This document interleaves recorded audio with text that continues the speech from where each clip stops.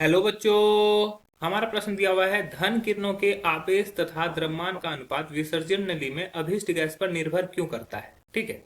Cathode किरणों के लिए आवेश तथा द्रव्यमान का अनुपात स्थिर क्यों रहता है। चलिए समझते हैं इस प्रश्न को। इस प्रश्न की अगर मुख्य अवधारणा की बात की जाए, मुख्य अवधारणा में हमें सीखना होगा कैथोड किरण विसर्जन नलिका के बारे में, कैथोड किरण प्रयोग को। ठीक है, कैथोड किरण प्रयोग को सीखना होगा। इसमें क्या होगा, इसमें क्या होता था कि हम लोग एक नली लेते थे जिसका नाम होता था कैथोड किरण विसर्जन नली। ठीक है, ये होता था क्या, कैथोड किरण विसर्जन नली। ठीक है, यहाँ पर एक प्रेशर के लिए हम लोग एक वो बनाते थे, पंप बनाते थे, और ये नली कुछ इस प्रकार से दिखती थी। ठीक है, अब ये नली में क्या होता था कि दो परत होता था, एक होता था कैथोड और एक होता था एनोड। ठीक है, अब क्या है कि इसको बैटरी से जोड़ दिया जाता था।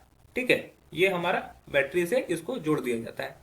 और क्या होता है कि यहां पर इसको एक लेप दिया जाता है यहां पर।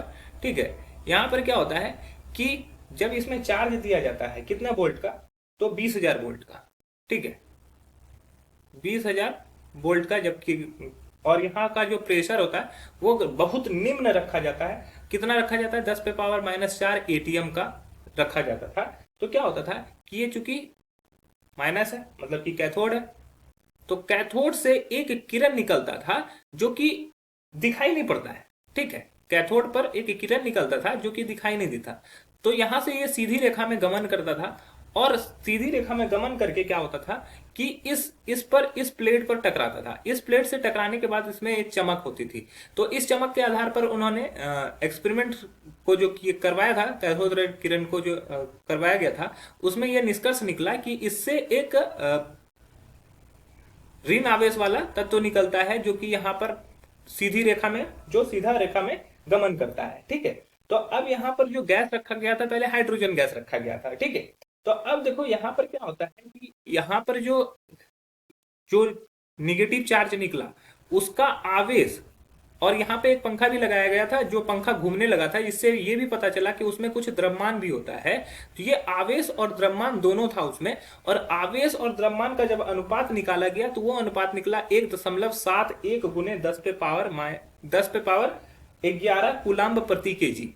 ठीक है, ये उसका अनुपात निकला। ठीक है, तो फिर क्या किया कि इसमें गैसों को बदलना स्टार्ट किया गया, गैस को अलग अलग गैस को रखा गया। तो ये जो वैल्यू था ये नियतांक था, मतलब कि ये हर गैस में ये इतना ही आ रहा था। द्रव्यमान बटा आवेश तथा द्रव्यमान का आयतन जो आ रहा, यानी कि आवेश तथा द्रव्यमान का जो अनुपात था वो स्थिर था। ठीक है, स्थिर क्यों था, इसका रीजन था क्योंकि यहां पर इलेक्ट्रॉन निकला, और इलेक्ट्रॉन का जो आवेश होता है, एक इलेक्ट्रॉन पे जो आवेश होता है वो होता है 1.61 गुने 10⁻⁻19 कूलाम्ब।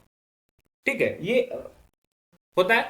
जबकि इसका द्रव्यमान जब निकाला गया, एक इलेक्ट्रॉन का जो द्रव्यमान होता है वो 9.1 गुने 10⁻31 केजी होता है। ठीक है, तो अब समझो, सिंपल सा चीज समझो कि ये फिक्स्ड है कि किसी भी कोई भी गैस रखेंगे तो यहां से इलेक्ट्रॉन ही निकलेगा, और उस पर जो एक इलेक्ट्रॉन पे आवेश रहता है वो समान रहता है। ठीक है, एक समान है, और वहां उस इलेक्ट्रॉन का द्रव्यमान भी समान है, तो इससे होने वाला अनुपात भी क्या होगा, समान होगा। अतः यहाँ पे जो दिया गया है, कैथोड किरणों के लिए आवेश तथा द्रव्यमान का अनुपात स्थिर रहता है, क्योंकि आवेश का मान तथा द्रव्यमान का मान निश्चित होता है, अतः अनुपात भी स्थिर होता है। आशा है कि यह प्रश्न आपको समझ में आया होगा। धन्यवाद।